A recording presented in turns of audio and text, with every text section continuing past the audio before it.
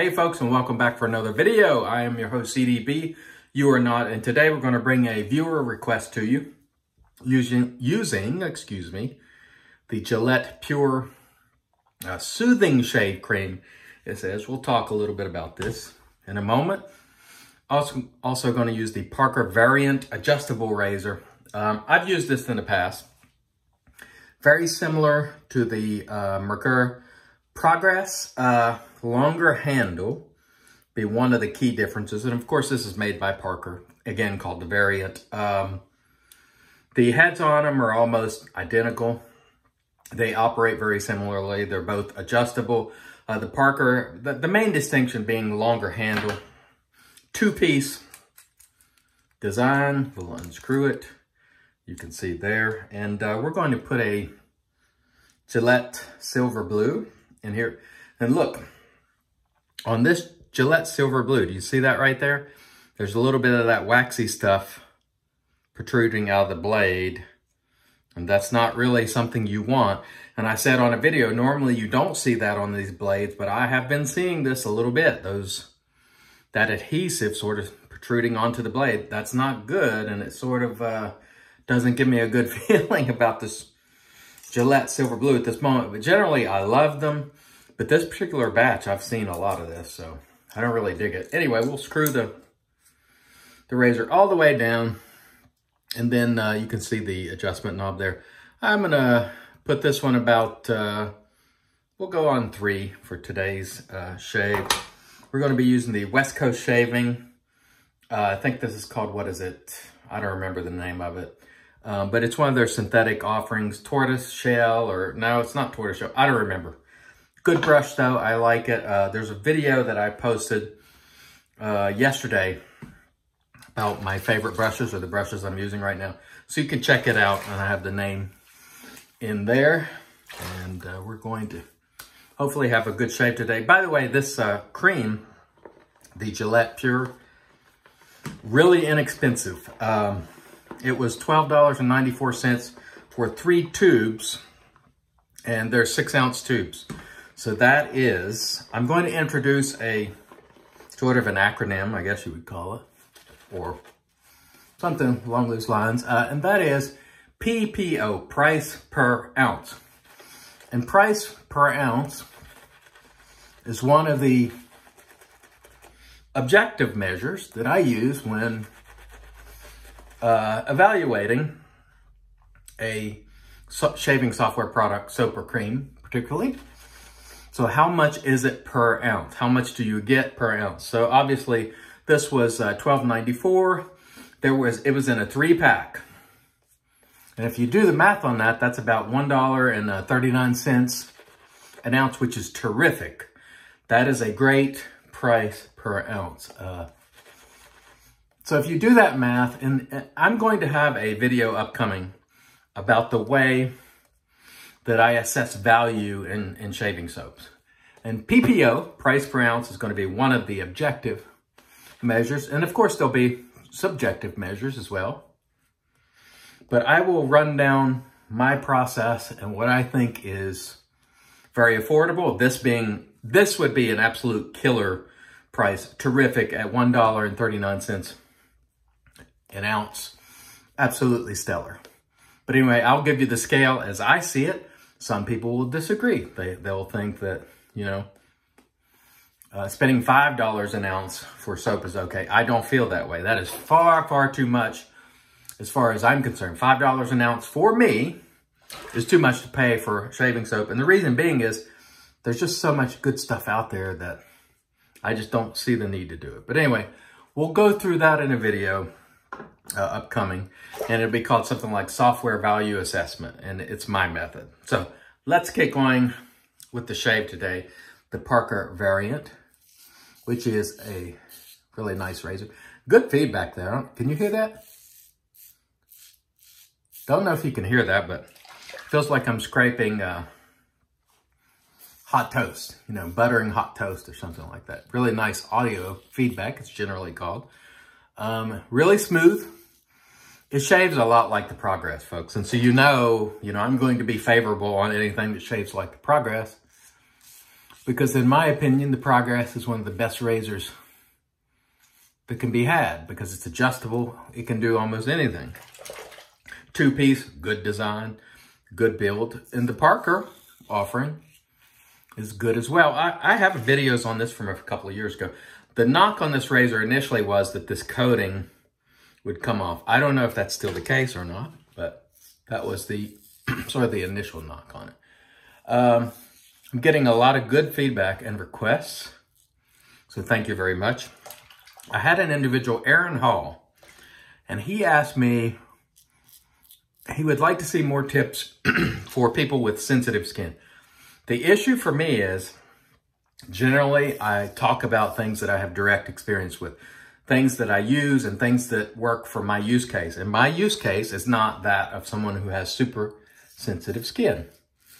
So I don't know much about products for sensitive skin. Now, I don't pretend.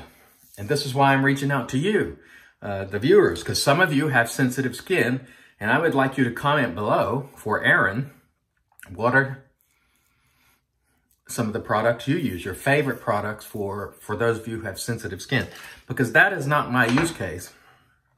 And by the way, that first pass was good. The Gillette Pure is just fine. It doesn't produce for me, I used it this morning for a head shave, and this will be the second time. I didn't produce a super silky, you know, the type of lather that's just yogurty, you know, you just know it's terrific. It's not producing that kind of lather, but it's doing everything I need it to do. And so, you know, this could be on me. It could be, you know, I've got my mix wrong, not enough water, too much water, whatever. But as far as performance, it's doing just fine, especially at that $1.39 an ounce, which is terrific for 3 tubes of 6 ounces. That's just, it's outstanding. $12.94 on Amazon. Affiliate link below, which helps the channel if you're interested in getting it. The prices on Amazon fluctuate, so just be aware of that. They go up and down, so the link may not hold in terms of price, but this is a nice price. The scent on this, not much. It's just kind of pleasant scent overall, and this is one of those things that's alcohol-free, no, you know, parabens, dyes, sulfates, and all that kind of stuff. So if you're interested in that, it's cool. That's why it's called pure, because it's not supposed to contain any of that kind of stuff. And it did a fine job on the first pass. Anyway, please, going back to, I'm skipping around here, which I'm known to do. If you have tips for sensitive skin and products that you like to use, please comment below for Aaron. Really appreciate it. I'm one of these people that where there's expertise, if I don't have it, I'm going to solicit and ask for help, you know, and so I'm asking you all for that assistance. And we'll collect information, and hopefully Aaron will see it. By the way, this shave feels terrific. No problem with the Gillette Pure. Is it as good as my beloved head slick? I don't think so. The lather isn't the quality that I would like, but for the price, it's not bad. It's doing a good job. So that's what I'm concerned with. I'm concerned with the shave. How is the shave going? Not how the lather looks, but how is the razor gliding across the skin? Absolute performance. I'm worried far less about the way lather looks and a lot more about how is the razor gliding? How is it protecting me? Is it doing a good job? And it is. It is. It's no problem at all. But I can tell that at least in my mix today, you know, it's not a spectacular, silky, yogurty lather in terms of consistency. But is it doing its job? Yes. So on that basis, it gets high marks. And on a budget basis, obviously terrific. And the razor is outstanding. This one comes to you cheaper. It's usually right under 50 bucks, 47-ish. This one's a little more. Again, I'll put links for both below, Amazon affiliate links. The main difference, again, being a longer handle on this one. Of the two, I prefer the Progress, just because it's got a shorter handle, and I sort of like that. But each of them are very good shavers, as far as I'm concerned. And so, I want to mention something that, I've touched on this before, but when I'm doing these videos, I'm giving expertise, or I'm giving you, let me go back a step. What do I possess expertise in? All right, what would I consider myself an expert at? I'm an expert at shaving my own face. That's about it. I'm an expert at shaving my own face. If any. If I have expertise at all, it is in that. It is not shaving your face. So I'm not an expert at shaving your face. So I want to make that clear. Do I have a fair amount of experience? Yes. Do I have a lot of experience with products? Absolutely. That does not make me an expert at shaving your face. So you, unless you're a barber or someone who's physically shaving other people's faces, those people are experts on shaving other people's faces because they do it, or used to do it, at least for a career. Anyone else who says they can, without having any knowledge, working with you, this is going to work perfectly for you. If they proclaim that X product's going to work perfectly for you, based with no information, not ever having worked with you, not knowing anything about you, I would walk away. If you proclaim yourself to be an expert in shaving someone else's face, and you're not in the profession of actually shaving other people's face, I would be skeptical. Because, again, you're the experts, ultimately, when it comes to shaving your own face. Your unique set of conditions, your unique skin, water, the way your own technique, all those things come into play. That's very, very important. And there's not a lot of talk about that typically, but it's something that I believe strongly in, is that, that's why, like I said before, if I don't have the expertise, then I ask, and I don't have a lot of expertise at all, virtually none, in terms of sensitive products, because I just don't face that issue. So everything I do is based on my own use case. And I don't think we consider individual use cases. We make these blanket statements sort of in wet shaving that this is terrific, this is great. Anybody who says that can really only say it based on their own use case. Or if perhaps they're a barber, maybe they can make these sweeping statements, but I can't do that. And I want to be very, very clear. Be wary of anybody who says this is the greatest thing ever for everybody, or most people, because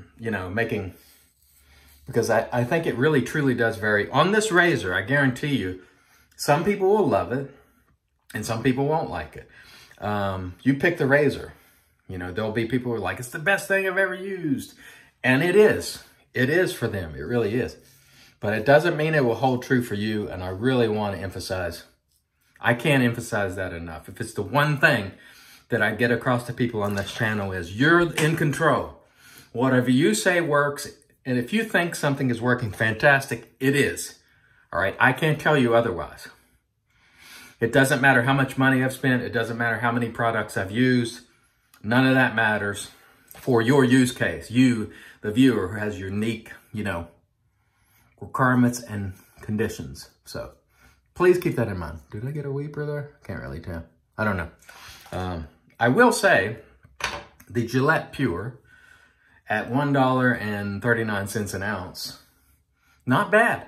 Is it the greatest cream I've ever used? No. Do I think it's as good as Head Slick? No.